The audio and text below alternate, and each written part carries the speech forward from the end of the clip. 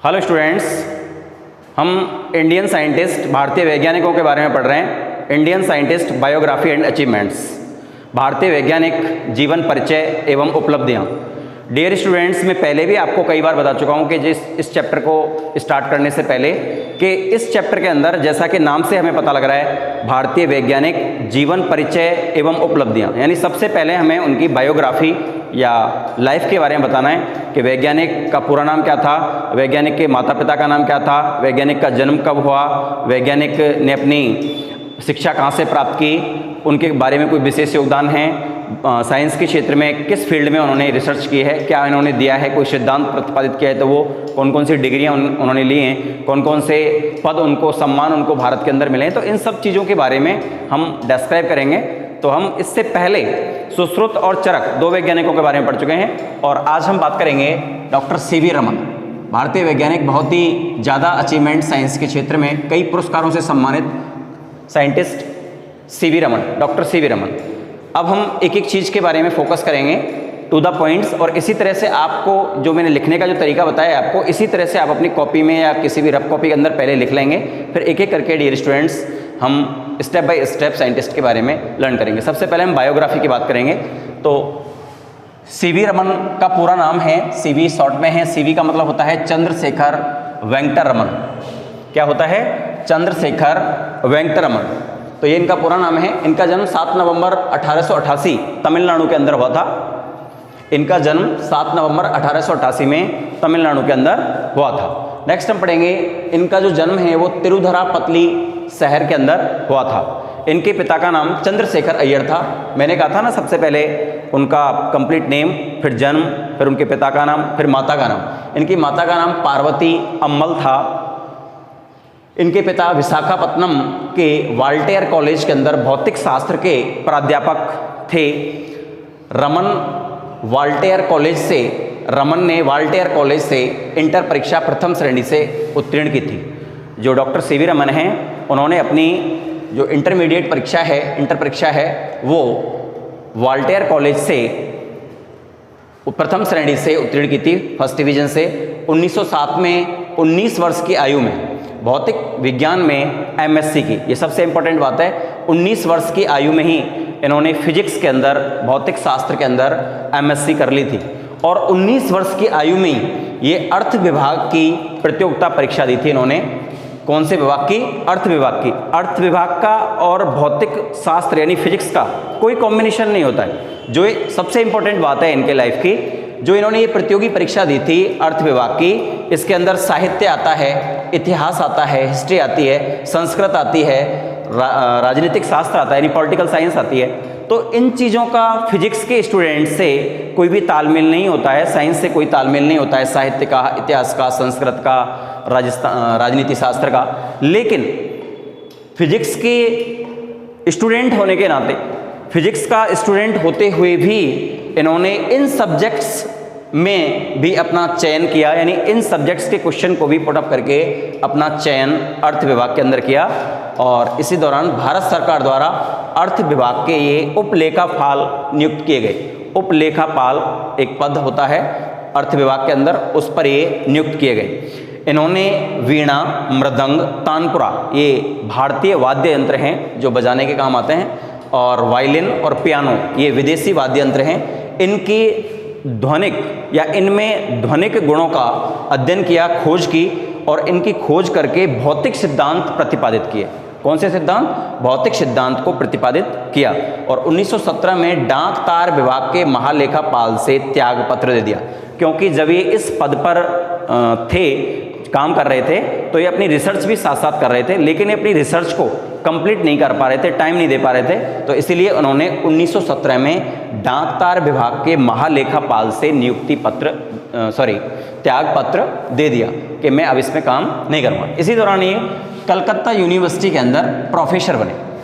Calcutta university के अंदर professor बने और इन्होंने 1928 में रमन प्रभाव की खोज की।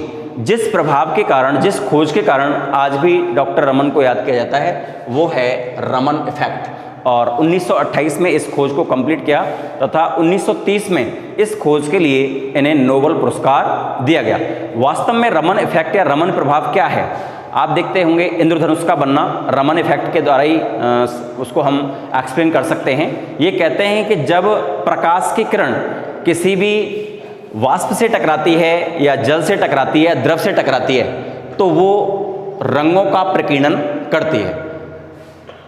जब प्रकाश द्रव माध्यम से गुजरता है, किससे गुजरता है? द्रव माध्यम से गुजरता है, तो प्रकाश और द्रव के बीच अंतःक्रिया होती है। क्या होती है? अंतःक्रिया, और जिससे प्रकाश का प्रकीर्णन होता है, यानी प्रकाश फैलता है, 7 रंगों में बढ़ जाता है। इसे ही हम रमन इफेक्ट कहते हैं। डियर स्टूडेंट्स, आपसे एग्जाम में पूछा जा सकता है व्हाट इज रमन इफेक्ट्स, तो आप बताएंगे रमन इफेक्ट का मतलब होता है कि जब कोई प्रकाश किससे क्रिया करता है? द्रव से, या द्रव से टकराता है, तो उनके बीच, प्रकाश के और द्रव के बीच अंतःक्रिया होती है और प्रकाश का प्रकीर्णन हो जाता है, जिसे हम रमन प्रभाव कहते हैं। रमन प्रभाव की खोज करना एक बहुत ही ज़्यादा अच्छी अचीवमेंट्स थी, इनकी उपलब्धि थी, लेकिन सबसे बड़ी बात यह थी कि इन्होंने रमन प्रभाव की खोज बिल्कुल ना के बराबर पैसों से, अर्थात मैं कह सकता हूँ केवल 200 रुपये के इंस्ट्रूमेंट से किए। 200 रुपीज़ का एक इंस्ट्रूमेंट बनाया इन्होंने, उपकरण बनाया, उससे इन्होंने रमन इफेक्ट्स की खोज की। ये बहुत ही इंटरेस्टेड पॉइंट है।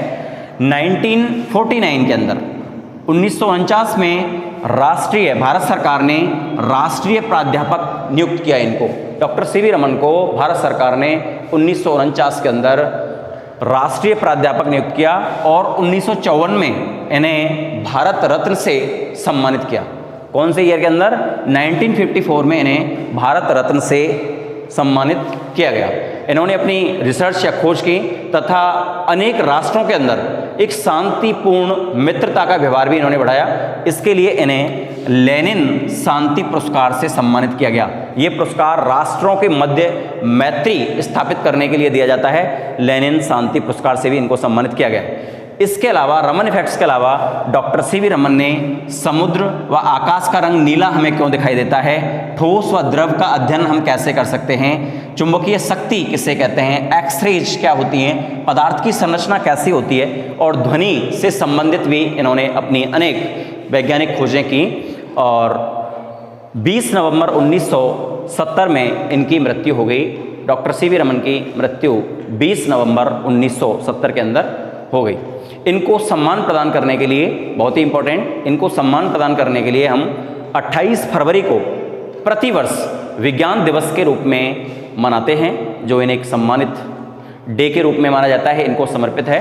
तो आपसे पूछा जा सकता है परीक्षा में विज्ञान दिवस कब मनाया जाता है, तो आप बताएंगे कब मनाया जाता है? 28 फरवरी। तो इस तरह से क्वेश्चंस आ सकते हैं। डियर स्टूडेंट्स, मैं एक चीज़ और आपको क्लियर करना चाहूँगा। इस चैप्टर के अंदर, चैप्टर नंबर 18 है ये, भारतीय वैज्ञानिक जीवन परिचय एवं उपलब्धियां।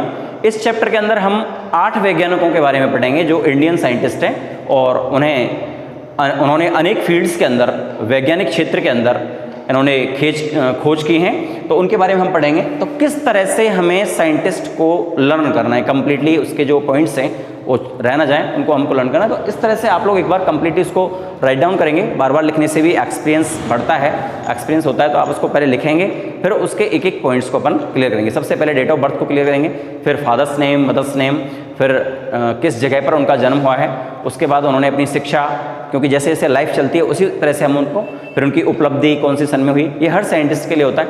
फर्स्ट एक्सपीरियंस भी होता है, फर्स्ट कोई क्लियर होता है, भी होता है कोई, उससे ही वो उस खोज में जाते हैं। कोई इंस्पिरेशन भी होता है किसी किसी साइंटिस्ट के अंदर। जैसे एक वैज्ञानिक पढ़ेंगे आप, डॉक्टर सलीम अली, तो वो एक चिड़िया का शिकार कर रहे थे, तो उन्होंने एक चिड़िया को मार दिया था। स्पैरो, एक छोटी चिड़िया थी, उसकी मृत्यु हो गई थी। तो उसके बाद उन्होंने सोचा कि मैंने इसको गलत मार दिया, उनको बहुत दुख हुआ। फिर उन्होंने पक्षियों के बारे में जानने की लालसा उनके अंदर हुई। फिर वो कई पक्षी वैज्ञानिकों से मिले, फिर उन्होंने पक्षी वैज्ञानिकों की जो बुक्स हैं उनको पढ़ा, फिर उन्होंने पक्षियों को पाला, पक्षियों के समर्थन में उन्होंने कई कार्य किए, कई आंदोलन किए। गना पक्षी विहार भरतपुर के अंदर भी उन्होंने कई आंदोलन करवाए कि यहाँ पे पक्षियों को किस तरह से हम प्रोहिबिटेड कर सकते हैं, किस तरह से मारने को, हंटेड को हम रोक सकते हैं, शिकार को हम रोक सकते हैं, किस तरह से इनको संरक्षण दे सकते हैं। तो आज उनको भारतीय पक्षी वैज्ञानिक के नाम से जाना जाता है। वो आपसे पूछेगा who is the world man of India, Bharat के पक्षी वैज्ञानिक कौन है, तो आप बताएंगे डॉक्टर सलीम अली।